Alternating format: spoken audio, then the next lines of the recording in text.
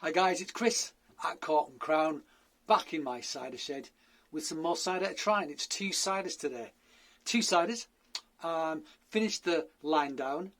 There's an omission. The last one, the dry one, I filmed it yesterday. It was a disaster. So I'm not going to be able to broadcast that, unfortunately. But it was excellent. And they actually got in touch with me today, said they were going to send me a Blakeney red bottle conditioned. So I'm going to look forward to that. So what we've got today? Well, again, an eye on April the 10th tasting with Ned. 2 ciders, 2 cheeses. So we're going to do a Keeved cider and a West Country English cider. And we're going to do a Camembert style and a Cheddar style. And if you can grab an example of those 4 things, sit down and join us. You don't even have to do that. Just get something you want to drink, sit down and enjoy it, and just listen to us talk about cheese and cider and our passion for it. So what have we got? Well, let's have a look. We've got 2 ciders, an English one, actually East Coast, and a French one. So these kind of tick the boxes, really. So this is Suffolk. So East Coast, so usually you'd associate that with dessert apples and culinary apples. But this is actually made from bittersweet. So I thought I'd get it and try it. And this is Normandy, so Keeved, organic, no sulfites. It's got the little symbol on there to show that it's a PDO, so proper Normandy cider. So which one should we open first? Let's open the Suffolk one first, the dry one first. Where's my glass? There it is. Corkscrew, not corkscrew, bottle opener, whatever, you know, the thing that opens bottles. Right then, anything on the back? Rich and complex cider with a blend of muscovado sugar and single year's harvest of bittersweet apples. Cool. Let's have a look. So really what we want is some tannin. Really want some tannin. Some acidity as well is good, but really it's the tannin character of the West Country apples that I'm really interested in getting. And this looks like it might have it. Got a bit of colour, but they have had muscovado sugar to it, so that's going to darken it a little bit. So there you go. So bright, bit of a head, gentle sparkle. Doubt it's bottle conditioned. This is going to be forced carbonated. So I smell. Quite rich on the nose. Does a hints of sort of bittersweet to it though, like hints of tannin on the top. But it's got quite a, it said candied fruit on there. Actually go along with that. You get that kind of muscovado character actually. But it smells quite pleasant. Doesn't smell as acid as I normally expect a Suffolk sort of cider to smell, a Kent Suffolk cider. Let's try it.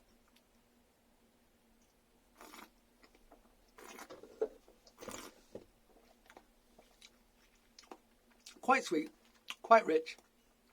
Not too cloying though, but 8.2%.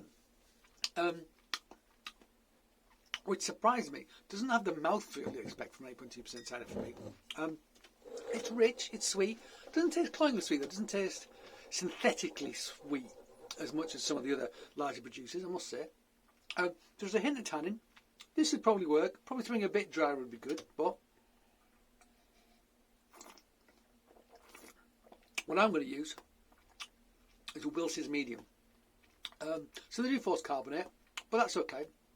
Hand-picked apples, their own orchards, wild yeast, slow fermentation, everything we like, and then it's blended to taste and back sweetened. But because it's got good acidity, because they're using sharps as well as bittersweet, it's you get a really interesting flavour. It's got the acidity in as well. So it's got acidity and tannin, and the acidity balances the sugar really well. I just think it's a really good example of a West Country cider. So if you can get some Wilson's, brilliant. But anything from the West Country really you can get a hold of, fantastic. And if you're desperate, go to M&S or Waitrose or whatever, so you can get, actually Waitrose's cider selection is rubbish, I have to say. The wine selection is off the scale, brilliant. Cider selection, goddamn awful.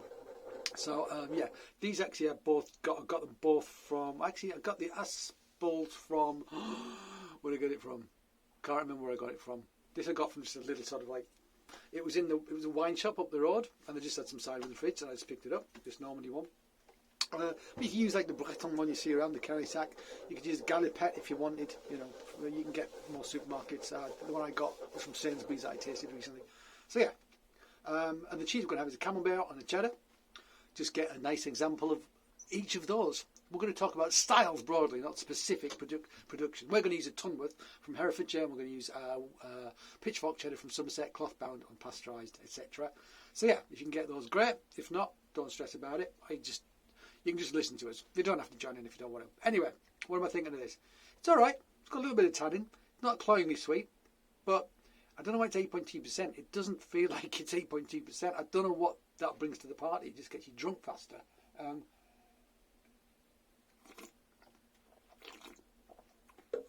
mean, they're adding the sugar to chaptalise it. Are they pasteurising it and back sweetening it? Are they using sulfites? Yes, they're using sulfites to preserve freshness. We are going to do a talk about sulfites at some point. Not today, though.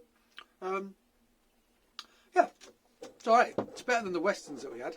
I still think like the Rascal and the Rascal from Thatcher's I still like the best, even though it's only 4.5.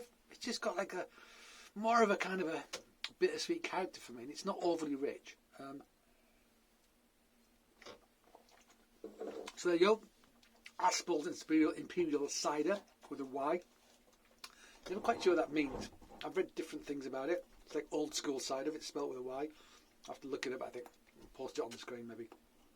Let's get the cork out of this sucker. So organic Normandy cider, keeved, it's going to have natural sweetness. I love this stuff. So this is the thing we'd have with the Camembert, and the English side we'd have with the cheddar. Pop. Yep. Naturally sparkling in bottle. So Pet Nat. So this will be a blend of different bittersweets. Does it say anything on the bottle about that? Domaine de Cinq Hôtel, was it Hôtel?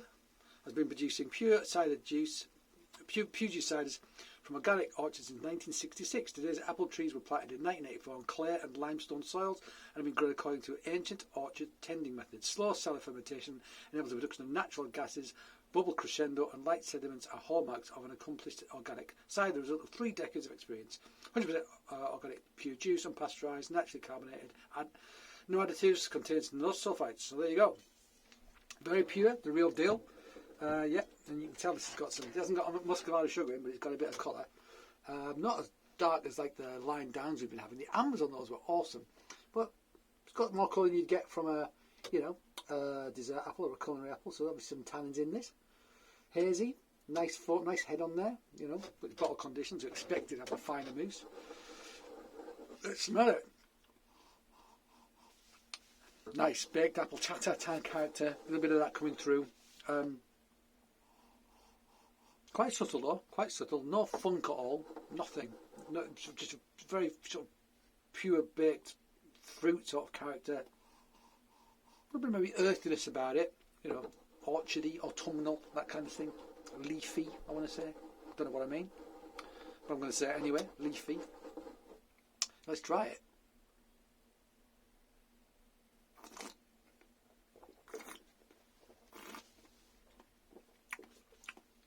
Totally different beast. Fine bubbles.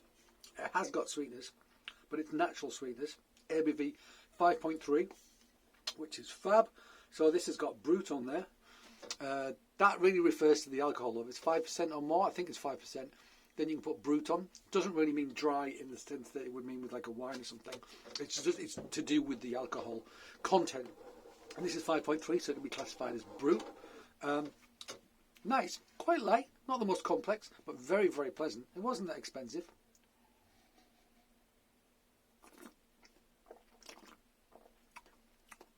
Yeah, solid example of a keep cider. Not a world beater, not a life changer, but very, very nice and very much up to the task. Doesn't have to be Normandy though. You can get a Breton cider if you want. They're keeved as well.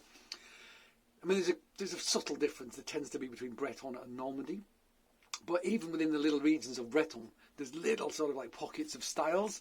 So, and every single producer really has their own house style, if you like. So, you don't have to get any particular one. But a French cider from any of those places would be absolutely fine. This is good, actually. I like it. It's 5.3. It doesn't feel like it's like 3% less alcoholic than the Aspall's. Not at all. Not even close. It's less cloyingly sweet. It's a better drink. It's lighter, it's a better drink, just more balanced. And I just feel like, why make an 8.2 cider, that doesn't feel 8.2?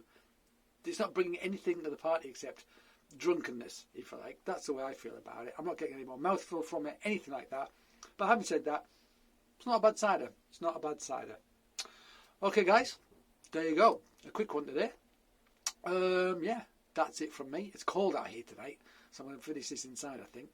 As always, thank you for joining me. Please do join us next Saturday, the 10th of April, 7:30, me and Ned, to listen to our talk. I'll download it as well afterwards, so you can watch it after the fact if you want. And one something I never say is, why don't you say, if you don't subscribe to the channel, subscribe to the channel. You know, it's nice for me to have subscribers. You know, to be honest, I don't care if I get 50 or 100 people subscribing, as long as the people who subscribe are people who are interested, you know, are like-minded and get something from it. That's enough for me. I've done loads of tastings in my life, cheese tastings primarily, but beer as well, and some cider. And you usually get 20 people in a room, and 20 is a nice number. So if I get 20 watching my videos on, on YouTube, that's fine as well. It's still 20 people you're connecting with, and that's a good thing. All right, guys. As always, thank you for joining me. I hope you join me again. But until then, cheers.